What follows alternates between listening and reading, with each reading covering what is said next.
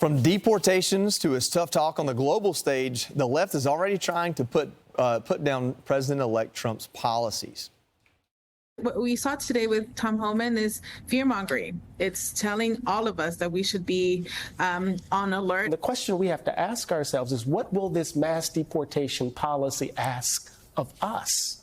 Right? What will we have to concede to and consent to? So it's going to be Panama Canal this week or next, and then the weeks thereafter, it will be another pet project of the billionaire class. It's a very Putin-esque thing to make these grandiose claims. Given the Putin-esque sort of language that's being used here, one wonders, like, really, how far actually would he go? These kinds of insults, could provoke them into a confrontation with the United States.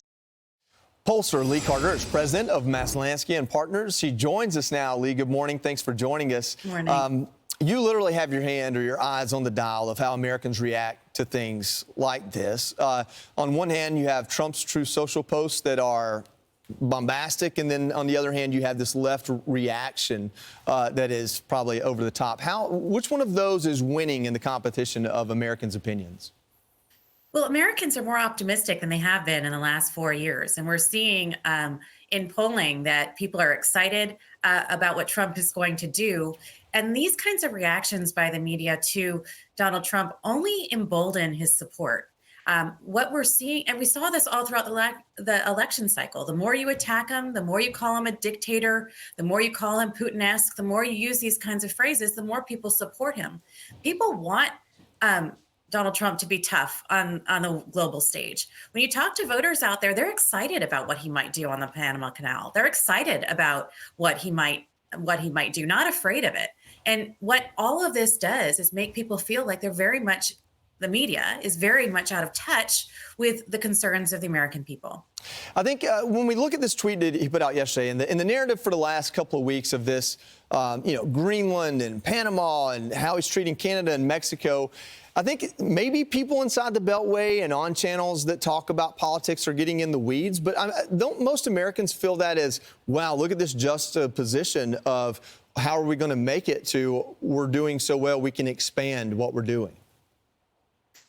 There's such a huge gap between what the hardworking American people do and then the ruling class believe. And it is widening, and it just makes the voter feel, or the average American person feel, that the ruling class or the media or the liberal elite are completely out of touch with their concerns. And they very much feel that Donald Trump is going to fight for them. When you look at the polling, more than 78% of Americans feel that Donald Trump is going to fight for their interests. And they don't feel the same about the liberal elite. Is it changing at all now that different people are being nominated? You see these fights on social media where people are saying, well, that's too liberal of a cabinet. That's too radical of a person for that position. It might be in the weeds of just my feed that's curated to me, but are you seeing Americans react in that way? Because Donald Trump threw a huge tent this time around and brought in people from kind of all walks of the political spectrum. When you want to hate someone, you're going to find ways to hate them. Fair enough. When you want to have hope, you're going to find ways to have hope.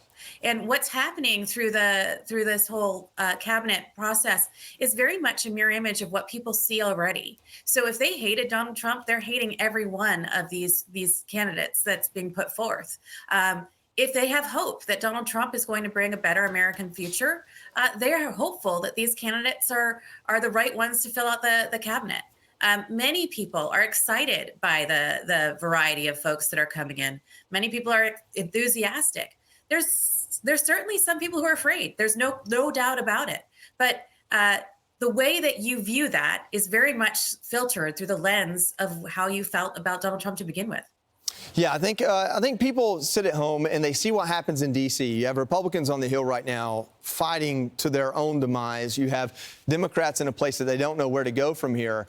Is Donald Trump really severed from that? Is he I know he's his own brand, but in politics, is he a completely separate entity from the two parties?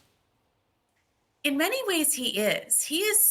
I mean, when you look at the polling about, do you think Republicans are going to fight for you or versus Democrats are going to fight for you, it's not all that different. But when you think about Donald Trump, It is very different. So he sort of rises above the brand. He represents the Republican Party, but he is himself his own personality. And I think a lot of people are concerned about what the future of the Republican Party is without Donald Trump, because he is so much of what people think about the party itself. But I do think that there's a disconnect when people think about government, when they think about Congress, when they think about how they're the parties themselves. It's not necessarily the same as Donald Trump. Donald Trump actually gets a much more favorable opinion than the party itself. Well, he's on his way in. Let's hope that the favorability stays up because he's doing things that we like. Lee Carter, thanks so much for joining us. Thanks so much for having me. Yes, ma'am. I'm Steve Doocy. I'm Brian Kilmeade. And I'm Ainsley Earhart. And click here to subscribe to the Fox News YouTube page to catch our hottest interviews and most compelling analysis.